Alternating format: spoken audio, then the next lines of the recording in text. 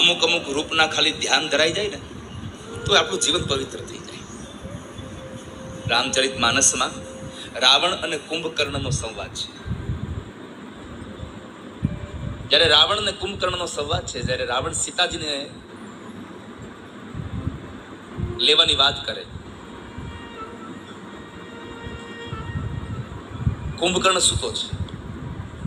રાવણે કહ્યું, ભાઈ જલ્દી ઉઠો, જલ્દી ઉઠો તમે. કુંભકર્ણ કહે છે, પણ શું થયું? અરે હું રામની પત્નીને હરીને લાવ્યો છું અહીંયા, સીતાજીને લાવ્યો છું અહીંયા. સીતાજીને હું હરણ કરીને લાવ્યો છું. એટલે કુંભકર્ણએ પૂછ્યું કે એને ભોગવી તે ભોગ ભોગવો? એટલે રાવણે કહ્યું, ના, હજ નથી ભોગવો. એટલે કુંભકર્ણએ પ્રશ્ન કર્યો, કેમ ન ભોગવો? હરણ કરીને લઈ આવ્યો અને તે ભોગ ન ભોગવો હજી?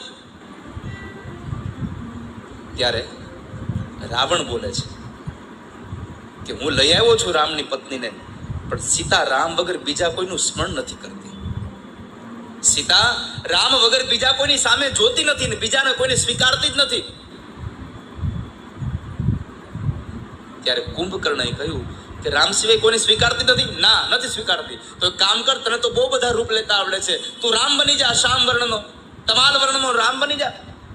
અને ત્યારે રાવણ બોલ્યો છે કે હું રામ બનું એનો મને વાંધો નથી, પણ રામનું રૂપ લઉં ત્યારે મારા મનમાંથી ખરાબ વિચારો વયા જાય છે. જય સિયારામ. ભાનુબાપુ, ભાવનગર, રામકથા અને ભાગવત કથાના વક્તા.